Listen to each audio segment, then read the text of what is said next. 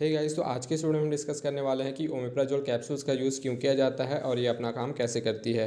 तो guys, omeprazole capsule जो रहती है वो एक प्रोटोन पंप इनहिबिटर क्लास की ड्रग होती है, जिसका यूज़ हम acidity, heart burn, gastroesophageal reflux disease, peptic ulcer and acids induce ulcers को ट्रीट करने के लिए करते हैं।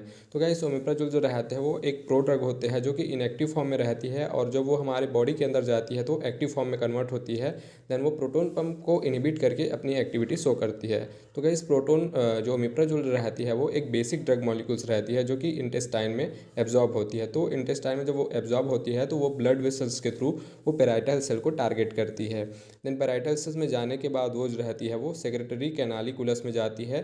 तो सेक्रेटरी कैनालिकुलस जो रहती है वो हाईली एसिडिक इन्वायरमेंट रहती है, वहाँ पे लगभग पीएच जो रहता है वो 2 के नीचे रहता है। तो उस एसिडिक इन्वायरमेंट के कारण जो ओमेप्राजोल रहता है वो अपने एक्टिव फॉर्म सल्फेनामाइड में कन्वर्ट होता है। देन ये सल्फेनामाइड जो रहता है वो इस प्रोटोन पंप के सिस्टेन रेसिड्यू के सल्फ हाइड्राइल ग्रुप के साथ में स्ट्रांगली कोवेलेंटली जो रहता है वो बॉन्ड हो जाता है, जिसके कारण प्रोटोन पंप जो रहता है वो इनएक्टिवेट हो जाता है और यहाँ पे हाइड्रोजन एंड पोटेशियम का एक्सचेंज नहीं होता है और जो एसिड का प्रोडक्शन जो रहता है वो कम हो जाता है। तो इसी तरह से ये अपना काम करती है। तो इसे एक केमिकल लैंग्वेज में भी हम समझ लेते हैं। तो जैसे ही ओमेप्राजोल लेते हैं हम, तो हमारे ब्लड में जाती है। देन ब्लड से वो पैराइटल सेल्स को टारगेट करती है एंड कैनालिकुलस ल्यूमेन में जाती है। तो वो अपने इस हाईली एसिडिक इन्वायरमेंट के कारण जो ओमेप्राजोल रहता है वो अपने एक्टिव फॉर्म सल्फेनामाइड इंटरमीडिएट्स में कन्वर्ट होती है। देन ये प्रोटोन पंप के जो स्टेन रेसिड्यूस रहते हैं उसके सल्फ हाइड्राइल ग्रुप के साथ में कोवेलेंटली बॉन्ड होती है। देन इसको ये इनएक्टिवेट कर देती है, जिसके कारण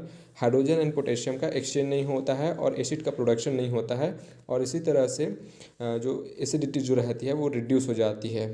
तो इसी तरह से गाइस ओमेप्राजोल जो रहती है अपना काम करती है। Thank you.